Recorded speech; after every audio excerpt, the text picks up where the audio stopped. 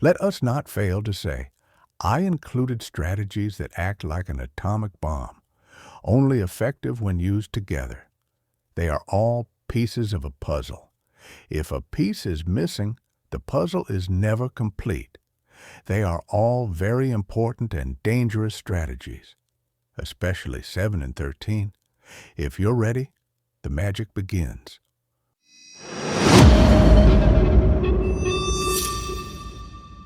Rule 1. Let them always underestimate you. A strategic mind knows that power is protected when hidden. Today, while everyone is in a hurry to show they are the smartest person in the room, you prefer to appear calm and silent. Let them think little of you. Let them not count you as a variable. Because the moment they believe you are not a threat, they lower all their defenses, lay all their cards on the table, and completely expose themselves. That moment is their weakest moment. It is our move moment. True strategists set up the game unnoticed. Rule 2. Always speak less than necessary. Talking too much reveals weaknesses, the need for approval, and fears. Meanwhile, the person who speaks sparingly, even in most cases little, and falls silent at the right moment, rules the room. Use words not merely as a means of communication, but like a scalpel. In a tense moment, say just one sentence and be silent. That silence will create a gap the other side will feel compelled to fill. Let your silence cause the other party to create dozens of scenarios in their mind about you. What does he know? What is he planning? Etc. Silence is a weapon. When used correctly, it is sharper than a sword. Rule 3. Intentionally create ambiguity. Most people twist themselves into knots to be understood. You do exactly the opposite. One day distant, the next day warm. By the way, if you do this with your flirts, you'll thank me. Anyway, let's continue. Sometimes silent, sometimes outgoing. As long as they can't define you, they start analyzing you. This confusion creates obsession. Obsession produces focus, and focus produces attention. Stop over-explaining. Be a riddle so people orbit the uncertainty they cannot control. When you create ambiguity in someone's mind, you take their attention and the strings. Rule 4. Create a mask, then allow it to take small damage. Perfection is forgotten, but flaws create addiction. Paint an image of being self-confident, cool-headed, and intelligent, but allow that mask to be damaged just once. Create a calculated moment of weakness. Show a controlled flaw. Make them think you are much deeper than they assumed. Give them 80% of the story and be silent. They will madly chase the remaining 10% and be curious to pierce the mask. A secret connects more than excessive intimacy. Rule 5. Never threaten. Let fear work for you. Do not say, I'll destroy you. Threats create resistance and make you a target. Let people worry, will he do it? That psychological pressure, that uncertainty, is far more damaging than your words. Fear based on imagination is always stronger than fear based on concrete information and immobilizes people. True power is to make fear felt quietly. Rule 6. Never be the one who pulls the trigger. Let others take the dirty work. You only organize the results, whisper ideas, and steer the course. When someone has to pull the trigger, let that person look weak or become a victim of their own mistake. If you are seen as the executioner, you gain enemies. But if you arrive after the chaos as the savior, in a way you gain a fan base. Always keep the illusion of clean hands. The ruler governs without getting dirty. Rule 7.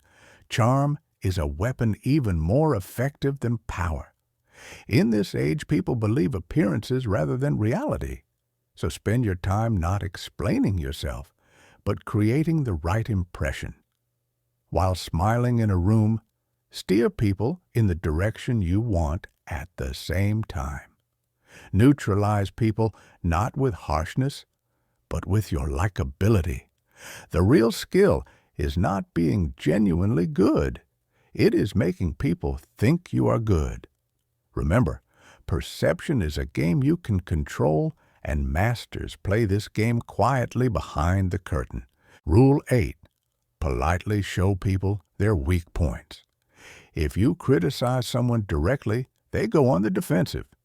But if you make them notice their weakness, they open their inner door themselves.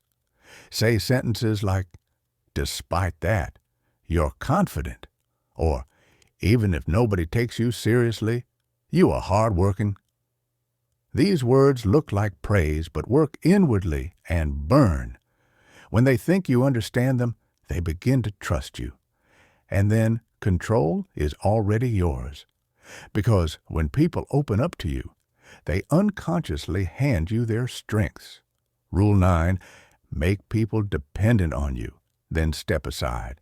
Help them by solving problems no one else can solve. Offer support no one else can give. Make yourself irreplaceable. Make them feel you are indispensable. Then just withdraw your presence and leave. Your sudden absence will collapse them with the loss of what they have become dependent on.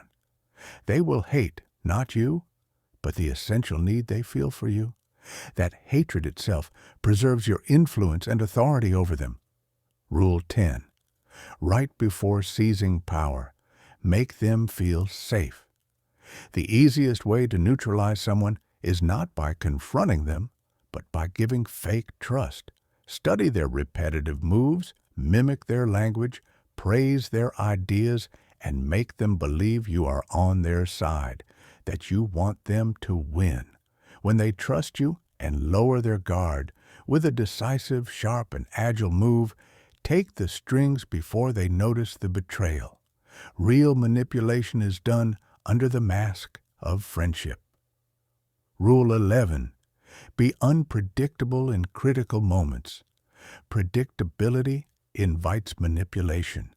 If they can predict your reactions, they plan the manipulation accordingly. They put you in a mold. But if sometimes you forgive and sometimes you suddenly disappear, sometimes you speak and sometimes you let them go mad in silence, you break that mold. They cannot read you. Because they cannot read you, they fear you. Because fear is fed by uncertainty, and uncertainty is the quietest form of authority. Rule 12. Delay your revenge until you reach a destructive power. Immediate reaction is an emotional weakness. It gives control and respect to the other side. When someone wrongs, you do not react. Watch and wait. Allow them to relax and forget. Your timing must be perfect. Then, at the most unexpected moment, deliver a clean, hard, and permanent blow. Let them live in that moment until then in a fantasy world. That fear will be heavier than any punishment you give. Real revenge comes after the patience. Rule 13. Make your presence felt even in your absence. Let your presence become normalized. Be a reference point for them. Etch your presence into their minds with your good decision-making, cool-headed, intelligent, and dignified demeanor. So much so that when you leave, people question their choices and do not stand behind their decisions. What would he have done? What path would he have taken? Become the white-bearded wise elder they want to consult about everything. Being felt in your absence is the result of your continued influence on decisions. True power is not measured by when you are there. It is measured by how people remember you when you are not. Rule 14. Become not a person, but a system, a network. Aim for respect, not affection. Why? Because you will be respected not because of your charisma, but because removing you from the system will collapse the entire structure, Train others to think like you. Make yourself an indispensable part of the system, an incomprehensible cog, so that even if they do not want you, they cannot function without you. That is authority and lasting control. You are no longer a person. You are the way of thinking itself. A true strategist is silent. He does not make noise. He only watches the result. He directs the game even while smiling. Remember, asking for respect is weakness. Make people dependent on you. True victory is not in popularity. It is building a lasting system. And finally, be invisible, but do not erase your trace.